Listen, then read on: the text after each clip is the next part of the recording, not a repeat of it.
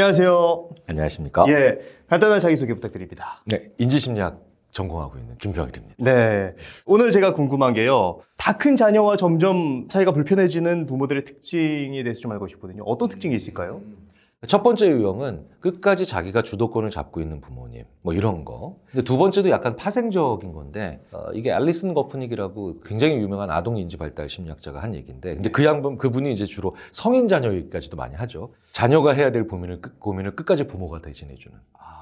근데 또 반대로 또 이런 게 있죠. 자녀가 스스로 해야 될 고민을 자꾸 부모한테 미루는 자녀. 뭐 그것도 마찬가지겠죠. 그리고 분리돼서 뭘 생각하지 못하고 계속 우리는 끝까지 같은 생각을 해야 된다라고 하는 불안애착형.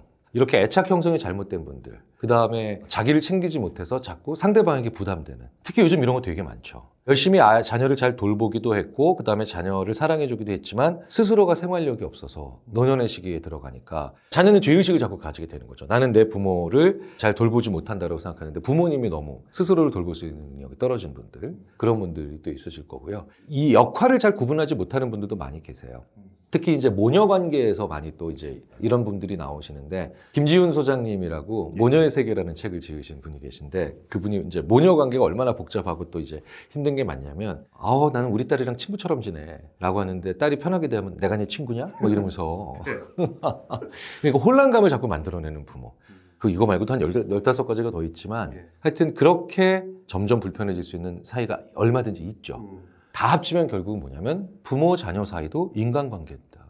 부모 자식이기 때문에 그 인간관계라는 거에 초점을 맞추지 못하게 될 것 같아요. 그렇죠. 그러니까 부모 자녀라고 하는 것에만 초점을 맞추지 인간 대 인간의 사이라는 것에 초점을 못 맞추는 게 제일 큰 문제겠죠.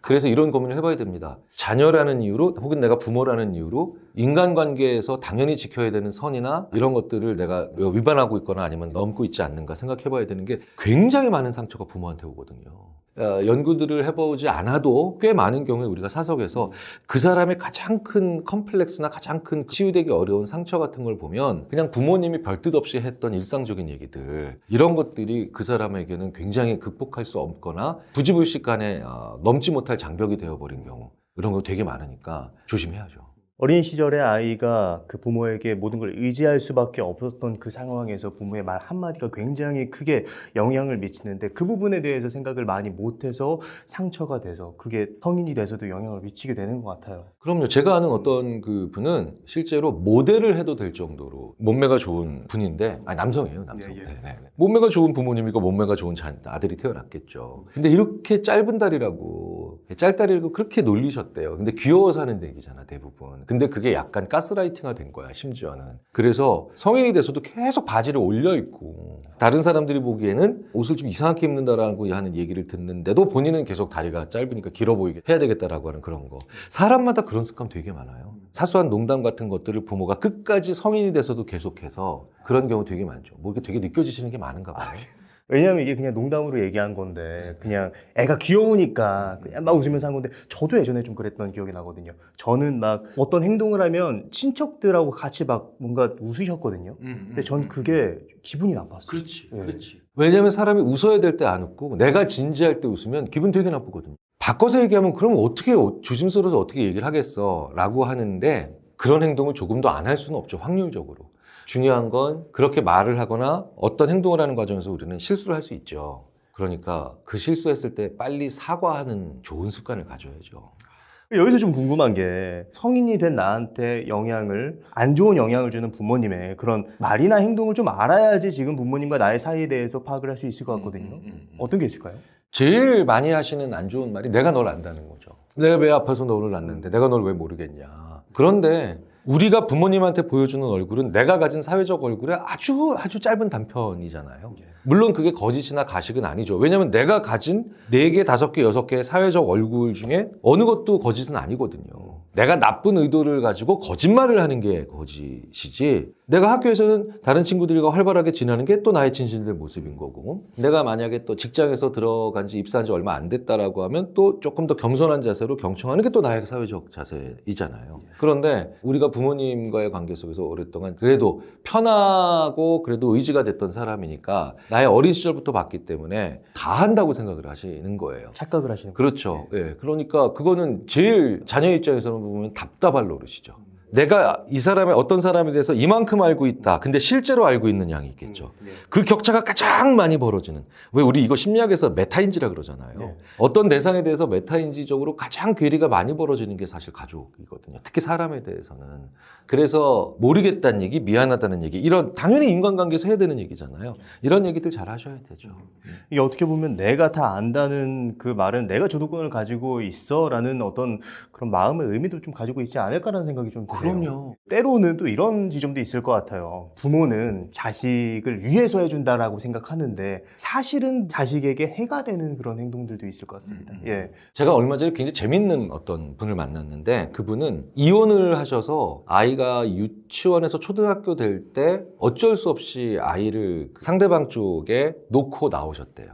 그런데 그분은 그래서 아이가 이제 대학생 들어갈 때까지 정말 가끔씩밖에 면접을 못 하셨고, 근데 그 과정에서 이제 자기는 이제 직업적으로 좀 안정적으로 됐고, 그 20세가 넘은 다음에 자녀를 좀 편하게, 왜냐면 이제 자녀는 이제 대학생이 됐고, 그 다음에 졸업을 하고 사회활동을 하니까 그분은 여성이니까 엄마를 만나기 훨씬 편해지잖아요. 근데 그런 관계를 보고 주위 분들이 정말 너무 좋은 부모, 엄마 딸 관계다. 서로 선도 넘지 않고. 그게 바로 뭐냐? 제가 설마 하니 그러니까 좋은 그런 관계가 되려면 어렸을 때 이별하세요. 이런 말도 안 되는 얘기를 듣는 게 아니죠. 그렇죠. 성인으로 인정하기죠. 항상 그분이 그런 고민을 하신대요. 자기의 딸에게 이렇게 얘기하면 기분 나빠하지 않을까? 얘가 이렇게 얘기하면 내가 너무 심하게 참견하는 게 아닐까? 이런 행동을 내가 앞서서 하면 내가 얘의 취향을 무시하는 거 아닐까? 이런 고민을 늘 하시는 거죠. 똑같은 타인을 대하는, 타인이에요, 타인. 가족을 가장 소중한 타인이라고 저는 불러요. 아주 큰 불행이나 큰 위험에 빠지지 않는 거라면 대부분 부모가 자녀로 하여금 충분히 실수하고 실패할 만한 시간을 줘야 되거든요. 근데 우리는 그걸 하나도 안 하려고 해.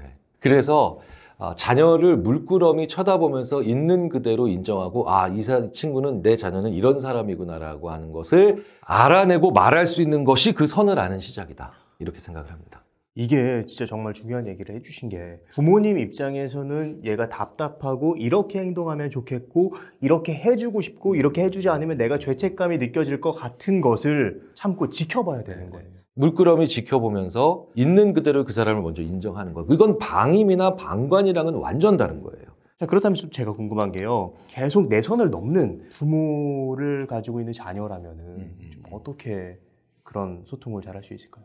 일단은 연구 결과로만 보자면 그 부모님과의 대화는 감정이 안 움직인 상태에서 하는 거는 거의 효과가 없을 거예요.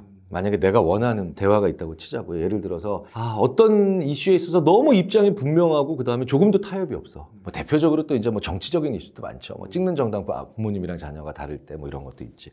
근데 심리학에서 이런 얘기를 많이 합니다. 감정이 먼저 움직이고 이성이 움직이지 이성이 움직여서 감정이 움직여지는 건 없다. 쉽게 말하자면 이런 거예요. 막 웃고 난 다음에 막 슬프게 울고 난 다음에 그 다음에 설득이 잘 돼요, 사람이. 그래서 이런 감정이 먼저 움직이고 난 다음에야 사람들은 다른 생각을 해볼 수 있는 그런 바탕이 생기기 때문에 가족이 재밌게 아주 재밌는 영화를 본다든가 아니면 아주 슬픈 영화를 본다든가 이때 사람이 상대방 생각을 받아들일 수 있는 이게 좀 많이 열리거든요. 그런 감정과 관련된 것들을 부모 자식 간에 유독 안 해요. 왜 그러냐면 부모 자식 관계가 너무 기능적으로 돼 있다라고 한번 우리가 생각을 해볼 필요가 있어요. 아빠는 나가서 돈 벌고 엄마는 계속해서 애들 뭐 데리고 다니고 애들은 공부만 하고 사실 그게 굉장히 심해진 게 사회학 하시는 분들이 얘기를 같이 옆에서 들어보면 IMF 이후에 그게 굉장히 그런 일이 많아졌다고 하거든요. 이게 참 공감이 되는 게 저도 이제 부모님 앞에서 눈물을 보인다는 게 좀 상상이 안 되는 느낌. 저도 어렸을 때는 부모님 앞에서 울었을 거 아니에요.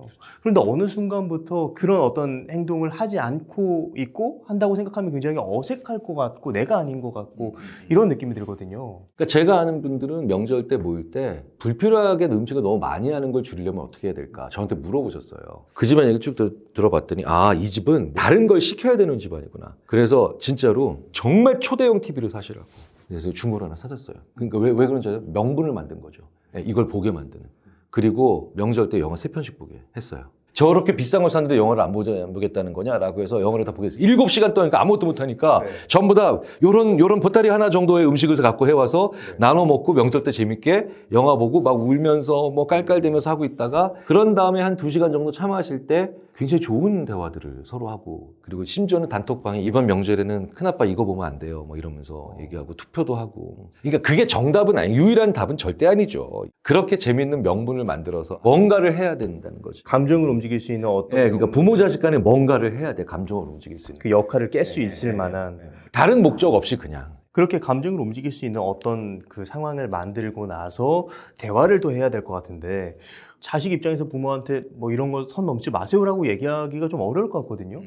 어떻게 말을 하는 게 좋을까요? 미스테리가 너무 중요해요. 그러니까 뭐냐면 김지훈 소장님이 자기가 들은 에피소드라고 하더라고. 근데 냉면만 먹으면 네. 엄마가 그렇게 거기다가 겨자랑 식초를 막 마구 집었는데 잠시 화장실 갔다 올 때 신신당부를 한대요. 엄마 이번에 절대 아무것도 넣지 마. 갔다 오면 여지없이 푹푹 넣어있대.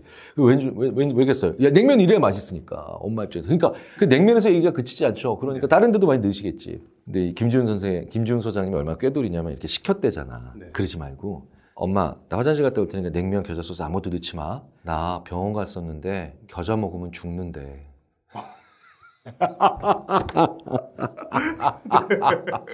그리고 식초 일정량 많이 먹으면 나 오래 못 사는 걸로 나왔어.